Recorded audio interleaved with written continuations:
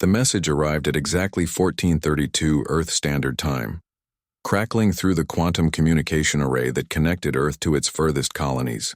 Admiral Sarah Chen stood in the United Earth Command Center, watching the holographic display flicker as data streamed in from the Outer Rim territories. "Ma'am, we're receiving emergency broadcast from the Kepler colonies." Lieutenant Morrison's voice cracked as he spoke. "Multiple systems. They're all going dark." Sarah's jaw tightened. The Kepler system housed 12 terraformed worlds, each one home to millions of human settlers who had spent generations building new lives among the stars. These weren't military outposts or research stations. These were families, children, grandparents who had never known Earth but called those distant worlds home. "Put it through," she commanded. The main screen erupted with chaos. Burning cities, screaming civilians, and above it all the sleek silver ships of the Zephyrian Empire. The alien vessels moved like predators, their weapons cutting through human defenses as if they were made of paper. The colonists had no military, no weapons capable of fighting back.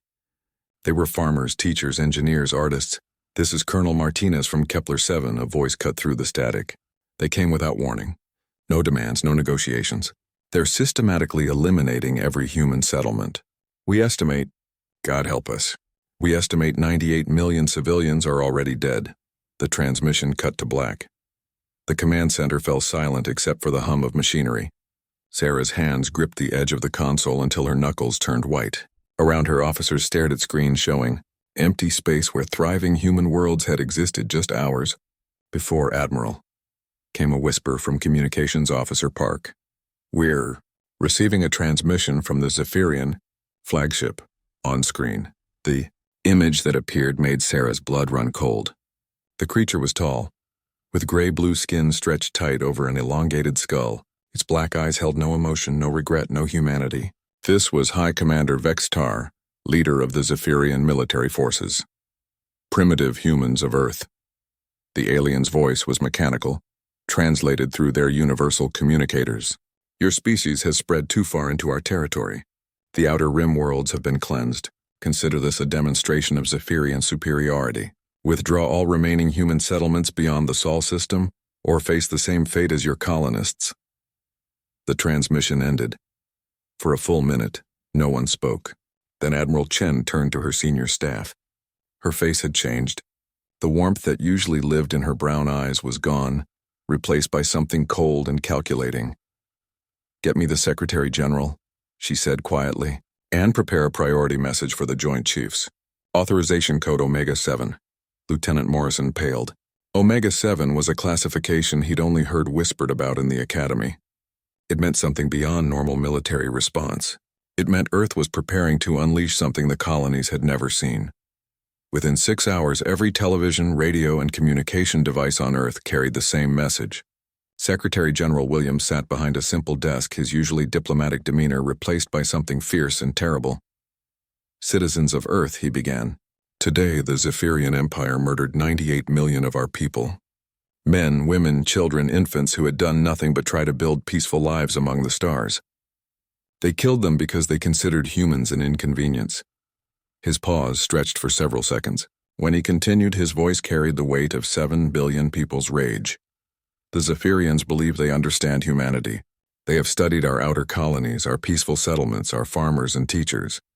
They think humans are weak because they have only seen us at our most civilized. They have never seen Earth. They have never seen what we keep locked away in the dark corners of our world." In military installations across Earth, red lights began flashing. Sealed doors that hadn't been opened in decades began to unlock. Deep underground in facilities that officially didn't exist, automated systems activated protocols that had been written by the darkest minds humanity had ever produced. "The Zephyrians wanted a demonstration of superiority," Williams continued. "They will receive one, but it will not be theirs." In the frozen wastelands of Siberia, at a facility simply marked as Research Station Omega, Dr. Natasha Volkov received the authorization codes she had hoped never to see. For 30 years, she had overseen the Baba Yaga project, turning volunteers into something that existed in the space between human and nightmare. Across the world, in the Nevada desert, General Jack Thompson got the same codes. The American Boogeyman program had been his life's work. though he often wondered if it had cost him his soul. His soldiers weren't trained to win battles. They were trained to make the enemy wish they had never been born. Secretary General Williams leaned forward, staring directly into the camera. To the Zephyrian Empire, I say this. You wanted to see what humans are capable of when pushed too far. You killed our innocents, our peaceful settlers, our children. Now you will meet the part of humanity we kept hidden. Now you will meet our demons. The broadcast ended, but across Earth the real preparation was just beginning. In secret facilities, figures in black uniforms began waking things that most humans believed existed only in nightmares. These weren't soldiers in any traditional sense. They were Earth's darkest answer to a universe that had proven itself hostile to human life. The Zephyrians had studied humanity's colonies, but they had never studied Earth itself. They had no idea that for thousands of years, humans had been perfecting the art of making their enemies afraid of the dark. They were about to learn that there was a very good reason why Earth's children told stories about monsters that hunted in the night. The demons were waking up, and they were very, very hungry. 3 days after the Kepler massacre, Dr. Natasha Volkov walked through corridors that had been sealed for a decade. Her footsteps echoed in the underground complex buried beneath 600 meters of Siberian permafrost. The air was cold enough to see her breath, despite the heating systems running at full capacity. Behind her followed a team of technicians, their faces pale with nervousness. None of them had clearance to know what lay behind the blast doors they were approaching, but they had all heard the whispered stories. Research Station Omega was where the Soviet Union had sent its most brilliant and most disturbed scientists during the Cold War. When the USSR fell, the facility had been transferred to the new Russian government and eventually to United Earth Command. The projects continued, growing darker with each passing year. "Doctor," one of the technicians stammered, "are you certain about this? The psychological profiles alone indicate that reactivation could result in what?" Natasha's voice was sharp as winter wind. "In something worse than 98 million dead civilians? I have read every report from Kepler 7. I have seen what the Zephyrians did to our children. There is nothing my subjects could do that would be worse than what has already been done." She pressed her palm to a bioscanner beside a massive titanium door. The scanner hummed, reading not just her fingerprints but her DNA, her heartbeat, even the specific electrical patterns of her nervous system. A series of mechanical locks disengaged with sounds like gunshots in the silence. The door slid open, revealing a long hallway lined with cells. But these weren't ordinary prison cells. Each one was a self-contained environmental chamber, designed to house a single occupant under very specific conditions. Some were kept in perpetual darkness. Others flickered with strange lights that hurt to look at directly. A few contained what appeared to be dense fog, but the fog moved in ways that defied physics. The Baba Yaga subjects, Natasha explained to her team as they walked. 47 individuals who volunteered for psychological and physical modification programs beginning in 1962. The goal was to create soldiers who could operate in environments and situations that would drive normal humans insane. They stopped at the first cell. Inside, barely visible in the darkness, was a figure sitting motionless in a chair. It had been sitting in that exact position for 3 years, 4 months and 16 days, never moving except to accept the food that was delivered through a slot in the wall. Subject Yaga 12. Natasha continued. Mikhail Petrov, former Spetsnaz officer, underwent sensory deprivation therapy, pain resistance conditioning, and what we called empathy removal protocols. He can function for months without sleep, food, or human contact. More importantly, he has been conditioned to view enemy combatants not as people but as obstacles to be removed. The figure in the cell turned its head toward them. In the darkness, 2 pale eyes reflected the corridor light like those of an animal. The technician stepped backward involuntarily. "How do you control them?" asked Dr. Park, the youngest member of the team. "Control?" Natasha almost smiled. "You misunderstand the nature of the Baba Yaga project. We do not control them. We simply point them in the right direction and let them hunt." Meanwhile, halfway around the world, General Thompson was conducting his own tour. The Nevada facility was different from its Russian counterpart. Where Omega was built like a prison, the American Boogeyman compound resembled a military base crossed with a psychiatric hospital. The buildings were clean, modern, surrounded by carefully maintained grounds that looked almost suburban. The Boogeyman program takes a different approach. Thompson explained to the Pentagon officials who had flown in to witness the reactivation. Instead of removing humanity from our subjects, we amplified the parts of human psychology that our enemies would find most terrifying. They entered a building that looked like a university dormitory. Inside, men and women in casual clothes were playing cards, reading books, and watching television.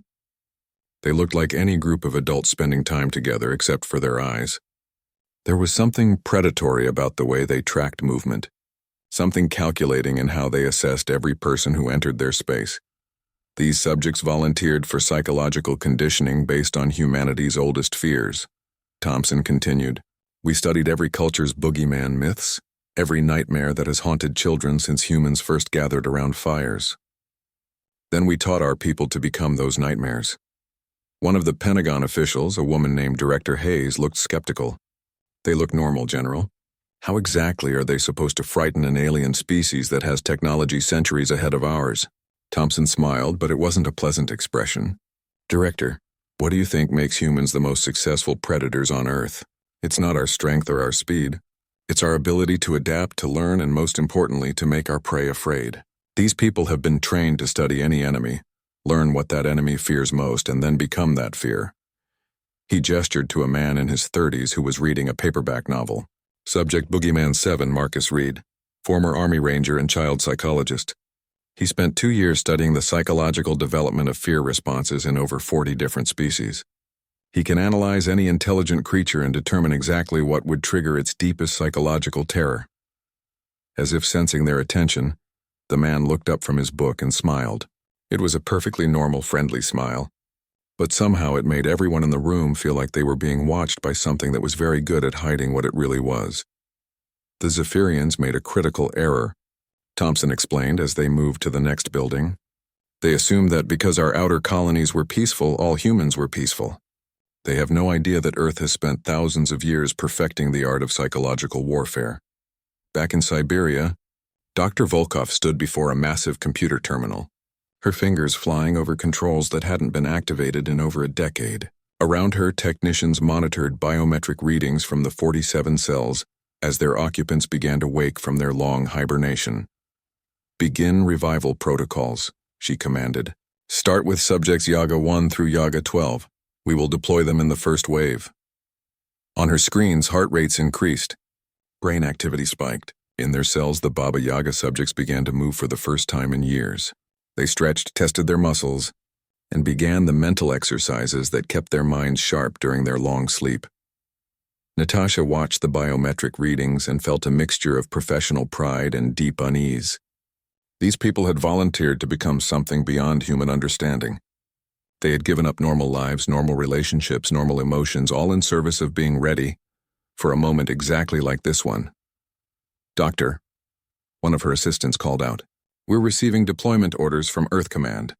The first transport ships will arrive in 6 hours. Natasha nodded. In 6 hours, the Zephyrians would learn that humans had been preparing for this war long before the aliens had fired their first shot. They would learn that Earth's greatest weapon wasn't technology or numbers, but the simple fact that humans had spent millennia becoming very, very good at being the thing that others feared in the dark. The demons were almost ready to hunt. The Zephyrian patrol ship, Talon of Justice, drifted silently through the debris field that had once been the human colony of New Geneva. High Commander Vextar stood on the bridge, studying the wreckage through the view screen with satisfaction. The operation had been efficient, clean, decisive. The humans had offered no meaningful resistance. "Commander," reported his tactical officer, "we are detecting an approaching vessel. Human design but heavily modified. It appears to be a transport ship." Vextar's elongated features showed mild interest. "Another refugee ship, perhaps? Or have they sent negotiators to surrender?" He gestured dismissively. "Destroy it before it reaches weapons range." "Sir, the vessel is transmitting a message. It claims to be carrying humanitarian aid for any survivors." This gave Vextar pause. Intelligence reports indicated that humans were prone to irrational acts of mercy, even in hopeless situations. "Let them approach. We will allow them to search for survivors they will not find. It will serve as another lesson in the futility of opposing the Empire." The human transport ship Mercy's Edge approached slowly, its engines running at minimal power. From the outside, it appeared to be exactly what it claimed, an unarmed civilian vessel equipped for search and rescue operations.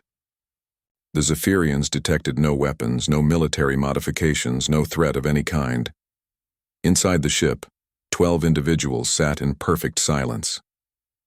They wore no uniforms, carried no obvious weapons, and showed no signs of military bearing.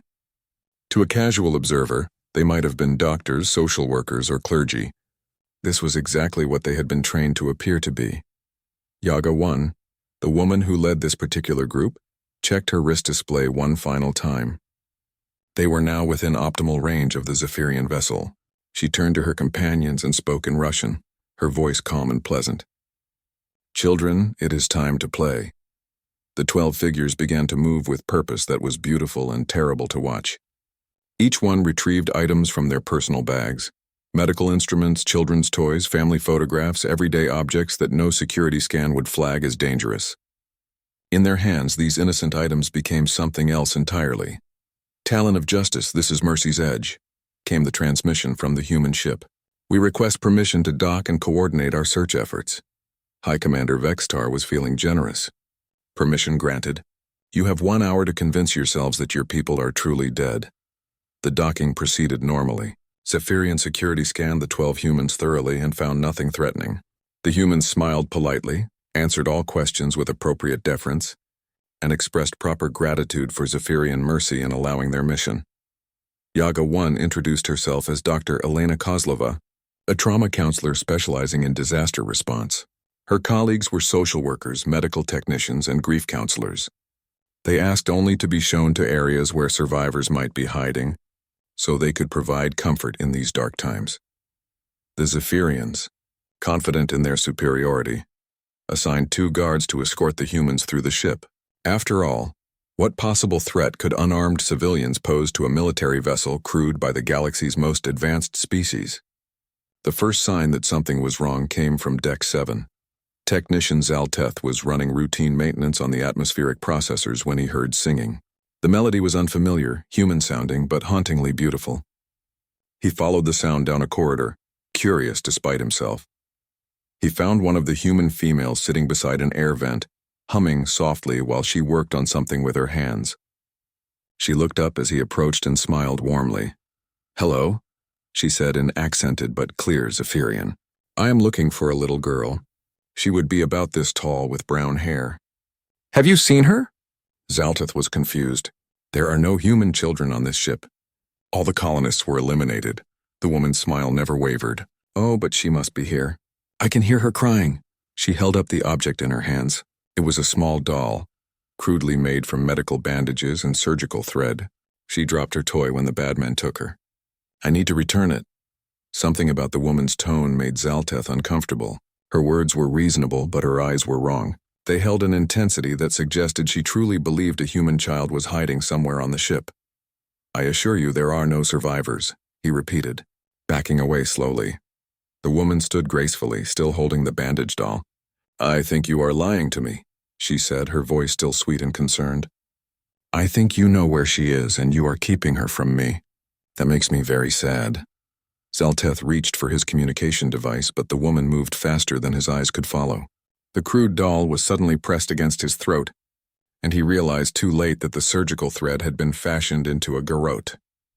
Meanwhile, on Deck 3, Junior Officer Kexral encountered one of the male humans in the ship's armory. The human was examining Zephyrian weapons with the intense curiosity of a child in a toy store. "You should not be in here," Kexral stated firmly. "This area is restricted." The human looked up with genuine surprise. "Oh, I apologize. I'm Dr. Petrov, and I was looking for medical supplies. Your ship is so large I became lost." He gestured to the weapons around them. "These are fascinating designs, much more efficient than the crude tools we humans use to hurt each other." Kexral felt a chill at the man's phrasing. "Hurt each other?" "Oh yes," the human continued conversationally. "Humans have been inventing new ways to cause pain and fear for thousands of years. It is perhaps our greatest talent." He picked up a Zephyrian pulse rifle, examining it with professional interest. "This would kill quickly. Very merciful. We have weapons that can keep someone alive and in agony for days." The human set down the rifle and smiled pleasantly. I find it curious that your people chose to massacre civilians. In human culture, that usually means you are either too weak to fight actual soldiers or too cowardly to face them fairly. Kexrel's hand moved to his sidearm. You will return to your escort immediately. Of course, the human agreed. But as he stepped closer, Kexrel saw that the man's eyes held no fear, no respect, no recognition of the weapons pointed at him. Instead, there was something that looked almost like amusement. Tell me, the human said quietly. When you killed our children, did they scream? I hope they screamed. It means they died afraid, and fear makes the meat taste better. By the time the alarms began sounding throughout the ship, it was far too late. The 12 humans had dispersed through the vessel like a virus, each one finding isolated crew members and beginning their work. They used no energy weapons, no explosives, no technology more advanced than could be found in any medical facility. Instead, they used humanity's oldest tools: psychological manipulation, creative cruelty, and an intimate understanding of how to make another living being wish it had never been born. High Commander Vexitar rushed to the bridge, demanding answers from his increasingly panicked crew. The reports were confusing and contradictory. Crew members were disappearing, but no bodies were found. Strange sounds echoed through the ship's corridors. Some crew reported seeing impossible things: human children where no children could be, their own dead relatives walking the halls, shadows that moved independently of their source. Find those humans and eliminate them, Vexitar commanded. But when his security teams reached the locations where the humans had been seen, they found only empty corridors and the lingering scent of something that smelled like fear made manifest. The Baba Yaga subjects had begun their hunt, and they were very good at remaining hidden until it was time to feed. Admiral Thexian of the Zephyrian Second Fleet received the distress signal from Talon of Justice at Aero 347 ship time. The message was fragmented, filled with static, and made little sense. The communications officer claimed to be reporting a contamination event aboard his vessel, but the specifics were unclear. Contamination? Thexian studied the readings from his command console. Life support shows normal. No biological or chemical agents detected. What kind of contamination requires immediate evacuation? His aide, a young officer named Veltar, pulled up the ship's manifest. Sir, the vessel allowed a human rescue ship to dock approximately 6 hours ago. 12 civilians came aboard to search for survivors. Thexian felt a flicker of unease. 12 humans disabled a ship with a crew of 300? Impossible. Humans are technologically inferior and physically weak. That's what our intelligence reports indicated, sir. Contact the ship directly. I want to speak with High Commander Vexitar immediately. The communication took several minutes to establish, and when it finally connected, the image that appeared on the main screen was disturbing. High Commander Vexitar sat at his command station, but his usual composed demeanor was gone.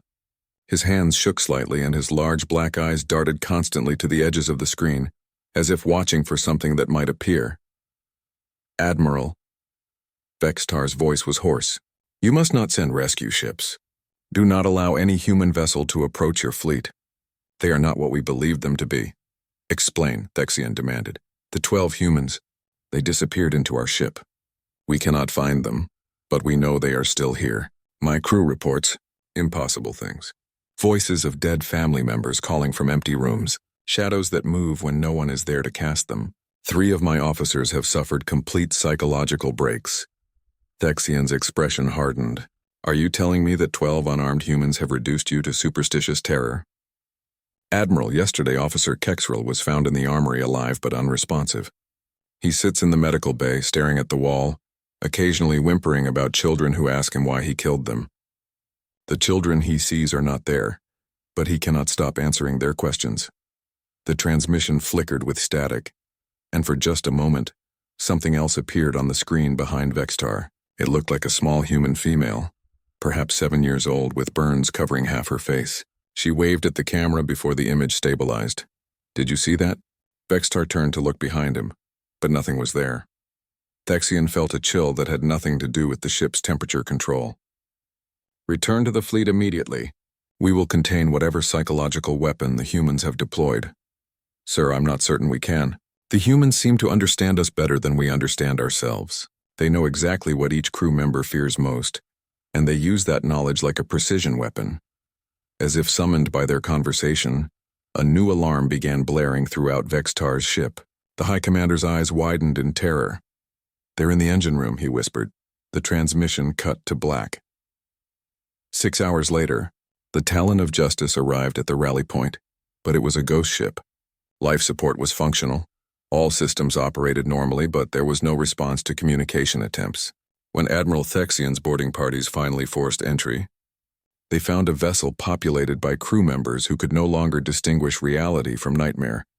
Some Zephyrians sat catatonic in their quarters, staring at walls while tears streamed down their faces.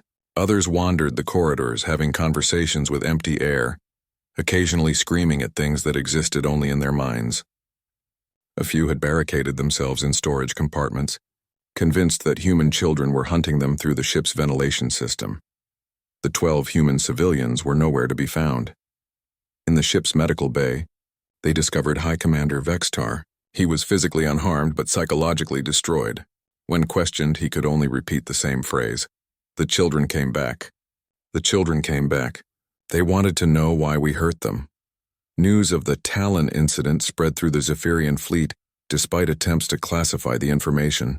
Rumors began circulating that humans possessed supernatural abilities, that they could drive people insane with a touch, that they fed on fear itself.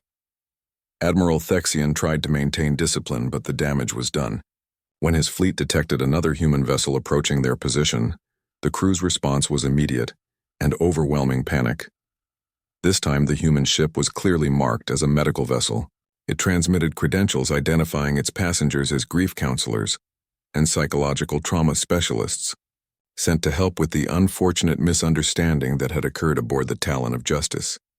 The ship's manifest listed only 8 passengers, all civilians, all completely unarmed.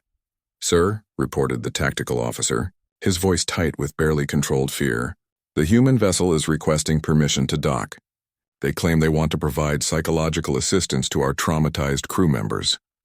Admiral Thexian stared at the innocent-looking transport ship on his view screen. Everything about it appeared harmless, but he had seen what 12 harmless humans could do to a military vessel. "Absolutely not," he commanded. "Destroy it immediately." "Sir, destroying a medical vessel carrying civilians would violate 17 different interstellar treaties. I don't care about treaties." Thexian snapped. "Fire all weapons." The human ship was vaporized in seconds, but somehow this did not make the Admiral feel any safer. If anything, the knowledge that he had just murdered unarmed medical personnel made him feel worse, because it meant the humans had already succeeded in making him act against his own moral code. Meanwhile, in another sector of space, the American Boogeyman teams were having their own success. Unlike their Russian counterparts who specialized in psychological horror, the Boogeyman subjects focused on adaptive intimidation. They studied their targets, learned their cultural fears and individual weaknesses, then became whatever would be most terrifying to that specific enemy. Subject Boogeyman 3, Sarah Williams, stood in the observation deck of a captured Zephyrian research station. Around her, alien scientists cowered in the corners, too afraid to look directly at her. She had spent 3 days studying Zephyrian psychology, learning their species' deepest phobias, and then carefully crafting a persona designed to embody those fears. To the Zephyrians, she appeared as something that should not exist, a predator that hunted predators. She moved with the precise efficiency of their own apex predators, but combined it with human intelligence and creativity. When she spoke, she used mathematical equations to describe exactly how she would dismantle their nervous systems if they failed to cooperate. "You are studying human psychology," she said to the lead researcher, her voice calm and pleasant. "How interesting. I am also a student of psychology. Would you like to participate in an experiment?" The Zephyrian scientist's name was Dr. Nexkala, and he had spent years analyzing human behavior from captured colonists. His research had concluded that humans were predictable, emotional, and easily manipulated. He was rapidly discovering that his research was fatally incomplete. I have already provided all requested information," he stammered. Sarah smiled, and somehow the expression was more terrifying than any scream. "Oh, Dr. Nexkala, you misunderstand. This experiment is not about information. It is about learning. You see, you spent years studying humans to find their weaknesses. Now I'm going to study you to find yours." She pulled out a simple notepad and pen, ordinary human tools that had no special properties whatsoever. In her hands, they became instruments of psychological dissection. "Let us begin with your childhood," she said pleasantly. "Tell me about your earliest memory of being afraid." Dr. Nexkala looked around desperately, but his colleagues were too terrified to help him. He had no choice but to answer, and with each answer Sarah took notes, building a psychological profile that would allow her to reduce him to a quivering mass of terror whenever she chose. The human demons were no longer just hunting individual ships. They were studying their enemy, learning how to break an entire species' will to fight. And they were very, very good at their job. Fleet Admiral Zex Torian, Supreme Commander of the Zephyrian Expeditionary Force, stood before the holographic display in his flagship's war room and tried to understand how his overwhelming victory had become a nightmare. 6 weeks ago, his forces had systematically eliminated 98 million human civilians across 12 worlds. It should have been the end of human expansion into Zephyrian space. Instead, it had awakened something terrible. "Report," he commanded his intelligence officer, though he dreaded what he was about to hear. "Sir, we have lost contact with 47 vessels in the past month. Not destroyed, sir. Lost.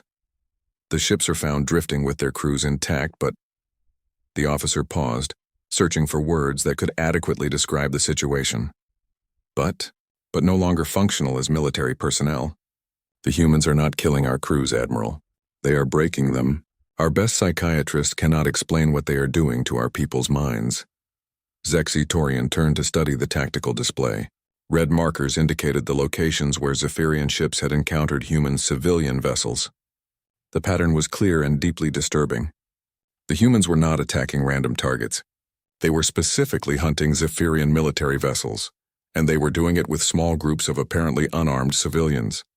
"How many humans have we confirmed involved in these attacks?" "Sir, our estimates suggest no more than 200 individuals total. They operate in small teams, always identifying themselves as medical personnel, humanitarian workers, or refugees. 200 humans were systematically dismantling a military force of over 50,000. The mathematics made no sense, but the results were undeniable. What do our xenobiologists say about human capabilities? Are they using some form of technology we cannot detect?" The intelligence officer's expression grew even more troubled. "Sir, our experts believe the humans are using purely psychological techniques. No advanced technology, no biological weapons, no equipment that could not be found in any civilian medical facility. That is impossible." "Yes, sir. That's what makes it so effective." Zexitorian walked to his private office, needing a moment to process what he was hearing. His species had conquered 47 worlds over the past 3 centuries. They were master strategists, superior tacticians, technologically advanced beyond anything most species could comprehend. They had never encountered an enemy that could defeat them without firing a single shot. A soft chime indicated an incoming priority message. The transmission was from Captain Velkiran of the heavy cruiser Infinite Glory, one of the most experienced commanders in the fleet. "Admiral," Velkiran's voice was strained. "Barely under control. We have a situation. Request immediate orders." "Explain." "Sir, we intercepted a human vessel claiming to be carrying orphans from the destroyed colonies. They requested permission to pass through our space to reach a neutral refugee station." Zexitorian felt his blood turn cold. "Tell me you did not allow them aboard."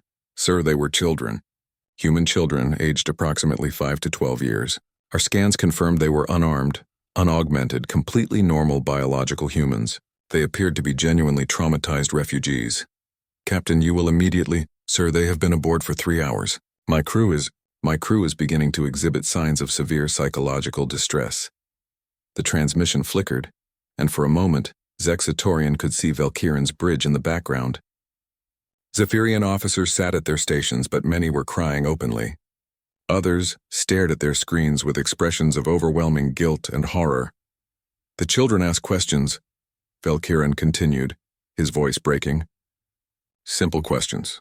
They want to know why we killed their families. They want to know if their parents suffered.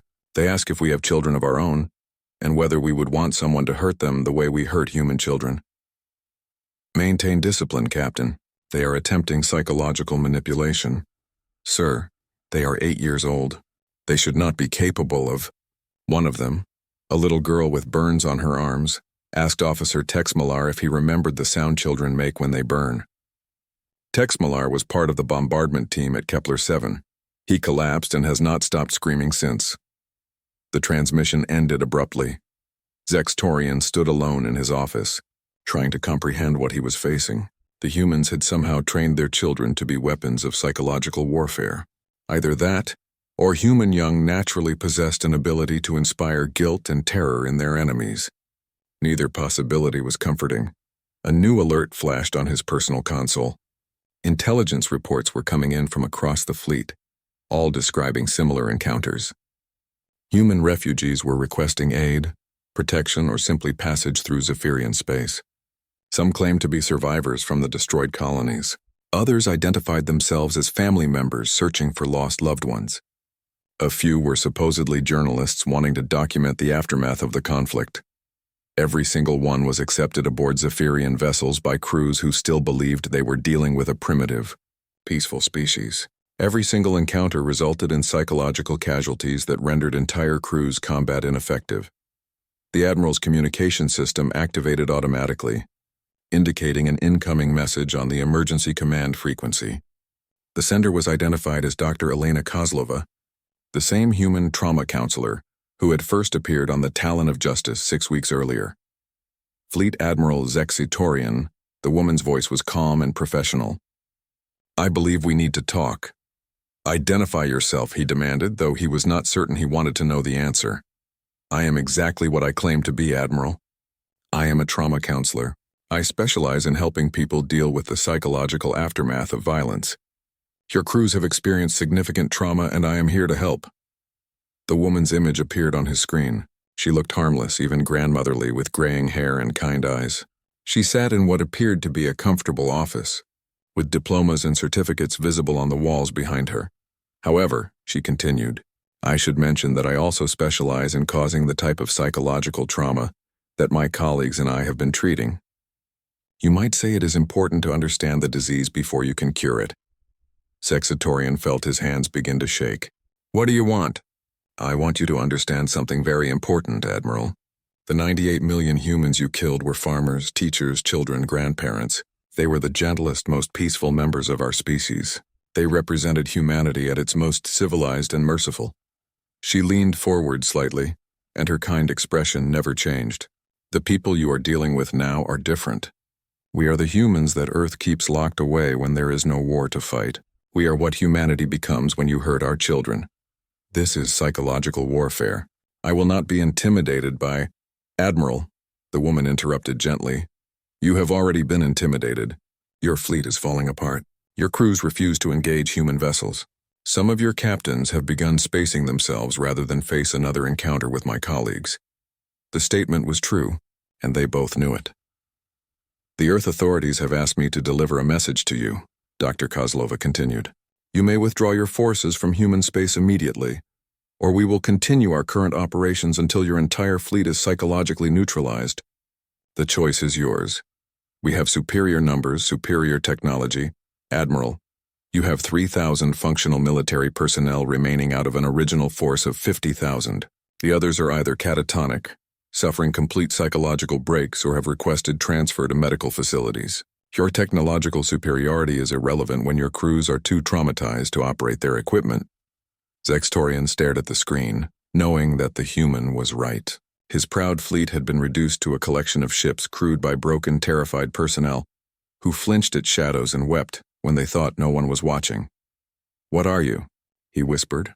Dr. Kozlova smiled, and for the first time her expression held something other than professional concern. "We are what happens when you make the mistake of murdering our innocents, Admiral. We are the nightmares that humanity keeps locked away until someone gives us a reason to come out and play." The transmission ended, leaving Zextorian alone with the knowledge that his species had started a war they could not possibly win. The Galactic Council emergency session was called after reports of the Zephyrian fleet's collapse reached the major civilizations. Representatives from 37 species gathered in the neutral station orbiting Kepler 442b, their faces reflecting a mixture of confusion, concern, and barely concealed fear. Ambassador Helix of the Andromedian Collective was the first to speak. We require clarification regarding the human situation. Our intelligence networks are reporting impossible events. The Zephyrian delegate, High Counselor Yexadaran, stood slowly. His species' usual commanding presence was gone, replaced by something that looked uncomfortably like trauma. The humans are not what we believed them to be. Explain, demanded Ambassador Takala of the Rigelian Federation. Our data indicates that humans are technologically inferior, physically weak, and lack any significant military capability. Yexdaran activated a holographic display showing the current status of the Zephyrian Expeditionary Force. The numbers were staggering. A 97% casualty rate with 0 human military losses. These casualties, he began, his voice hollow, were not inflicted by human weapons or technology. They were caused by fewer than 300 human civilians who used nothing more advanced than psychological manipulation. The council chamber erupted in skeptical murmurs. Ambassador Helix raised a tentacle for silence. You are claiming that a primitive species defeated your military using only words? Not words, Yexdaran corrected. Fear, terror, guilt. They somehow weaponized emotions that we did not know we possessed. He activated another display, showing security footage from the Infinite Glory. The images were disturbing. Zephyrian officers weeping uncontrollably, while small human children asked them questions in soft, innocent voices. The humans sent us their damaged offspring, Yexdaran explained. Children who had survived our attacks on their colonies. They appeared harmless, traumatized, seeking only refuge. Our crews, feeling some measure of guilt for their role in the destruction, allowed them aboard. And then, the children began to talk. They shared stories of their families, their homes, their dreams. They described in careful detail what it felt like to watch their parents die, what it sounded like when their siblings screamed. They asked our personnel simple questions. Did you know my mother's name? Did you know she painted pictures of flowers? Did you know my little brother had just learned to walk? The Andromedan ambassador's skin shifted to a pale blue, indicating distress. Psychological warfare targeting empathy responses. Crude but effective. You misunderstand, Yexdaran continued. These were not calculated attacks. The children were genuinely traumatized, genuinely grieving. Their trauma was real. Their pain was authentic. That authenticity made their questions impossible to dismiss or defend against. He showed another recording, this one from the flagship's medical bay. Dozens of Zephyrian officers sat in various stages of psychological breakdown, some catatonic, others muttering apologies to empty air. Our military psychologists attempted to treat the affected personnel, Yexdaran explained. But the humans had also sent medical specialists, therapists and counselors who claimed they wanted to help our crews process their trauma. The psychological warfare continued even during treatment. The therapists were extremely effective. They helped our personnel explore their feelings about the colony attacks, guided them through detailed examinations of their guilt and moral culpability. By the time the sessions were complete, our soldiers could no longer function as military personnel. Ambassador Takala's 4 eyes narrowed suspiciously. Are you suggesting that humans can manipulate emotions through conversation alone? I am suggesting that humans understand the psychology of violence better than any species we have encountered. They know exactly how to make a person confront the moral weight of their actions, and they do it with surgical precision. A new voice joined the conversation. Perhaps I can provide additional insight. The speaker was Dr. Elena Kozlova, appearing via quantum transmission from an undisclosed location. Her presence caused immediate alarm among the assembled delegates. Who authorized this human to address the council? Demanded Ambassador Helix. I authorized myself, Dr. Kozlova replied pleasantly. I believe it would be beneficial for you to understand what your colleague experienced, so that you can make informed decisions about future interactions with humanity. Security, called Ambassador Tikala, but the station's systems did not respond. Oh, that won't be necessary, Dr. Kozlova assured them. I'm not here to hurt anyone. I'm here to educate. You see, representatives, you have been operating under a fundamental misunderstanding about human nature.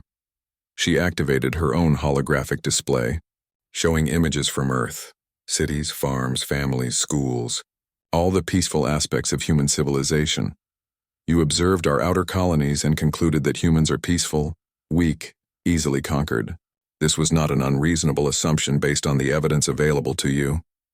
The display shifted to show different images: medieval battlefields, ancient torture devices, historical accounts of human warfare spanning millennia. What you failed to understand is that humans have been perfecting the art of violence for over 10,000 years. We have studied every possible way to hurt, terrify, and break our enemies. We know things about pain and fear that most species never discover. Ambassador Helix's tentacles writhed with agitation. If humans are so violent, why were your colonies defenseless?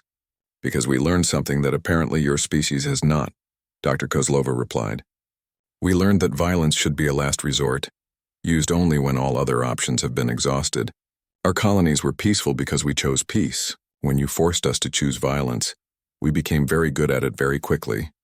She gestured to another display showing the current status of various galactic military forces. Word of what happened to the Zephyrian fleet is spreading. The Centaurian Defense Force has already withdrawn from all human-claimed systems. The Vegan Republic has offered to mediate peace negotiations. 3 other species have sent formal apologies for past territorial disputes. This is fear-based manipulation, protested Ambassador Takala. Yes, Dr. Kozlova agreed cheerfully. That's exactly what it is. We are manipulating you through fear because fear is more efficient than warfare. Why fight 100 battles when we can prevent them by winning one? High Counselor Yexdarin spoke again, his voice barely above a whisper. She is not exaggerating the human capabilities. My people attacked their civilians, and in response they sent us nightmares.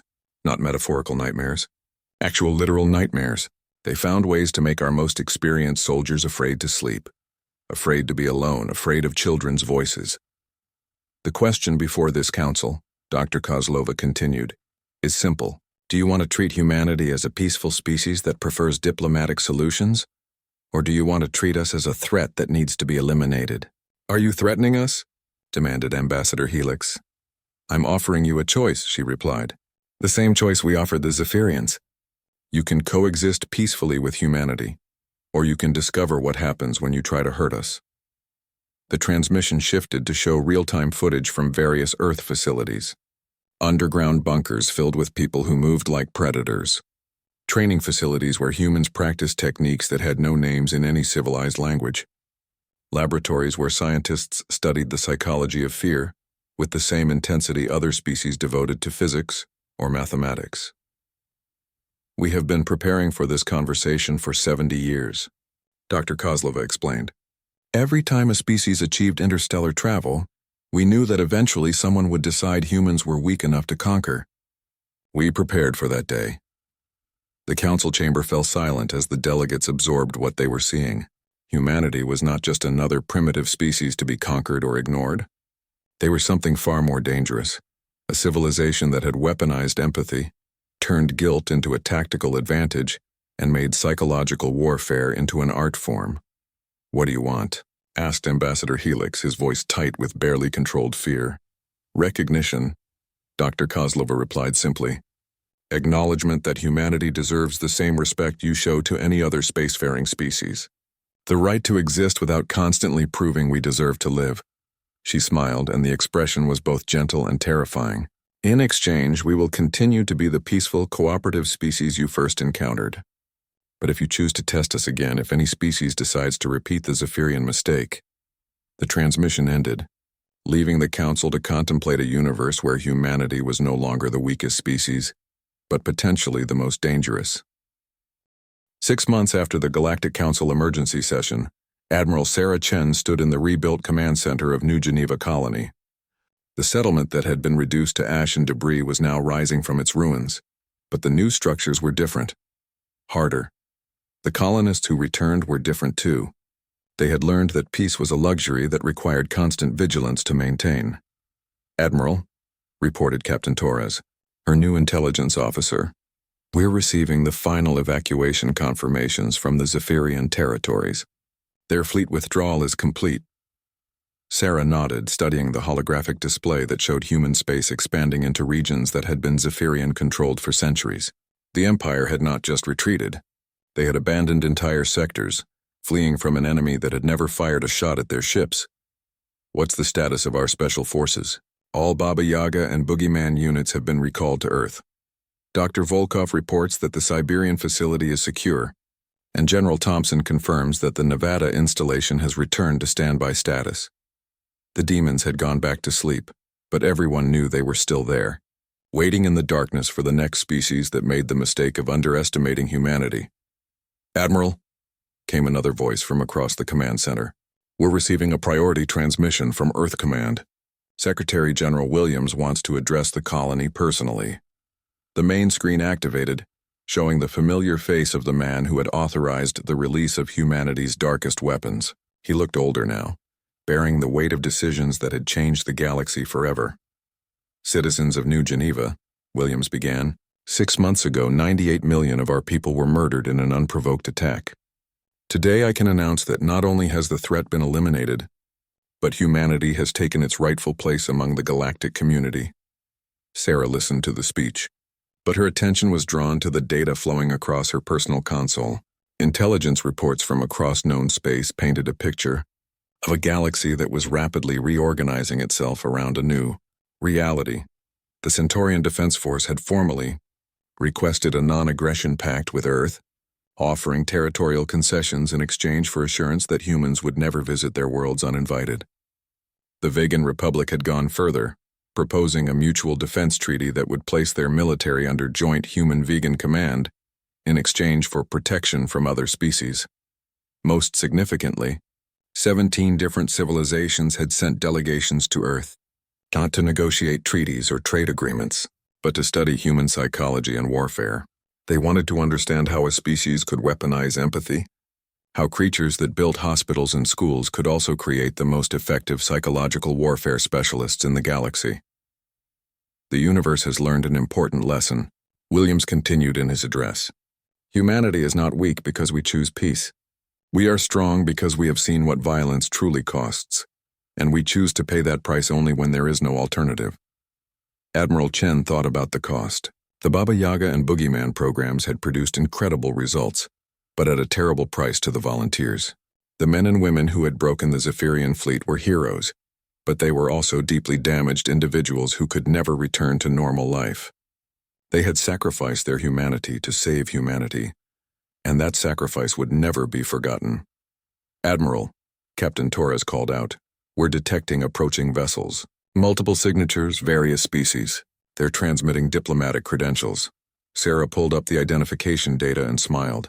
Representatives from 12 different civilizations, all requesting permission to establish embassies in human space.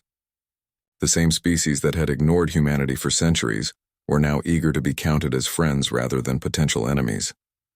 "Grant them permission to dock," she ordered, "but maintain full security protocols. We may be the scary monsters now, but we're still going to be polite monsters." Meanwhile, in the depths of space, the remnants of the Zephyrian fleet limped toward their home system.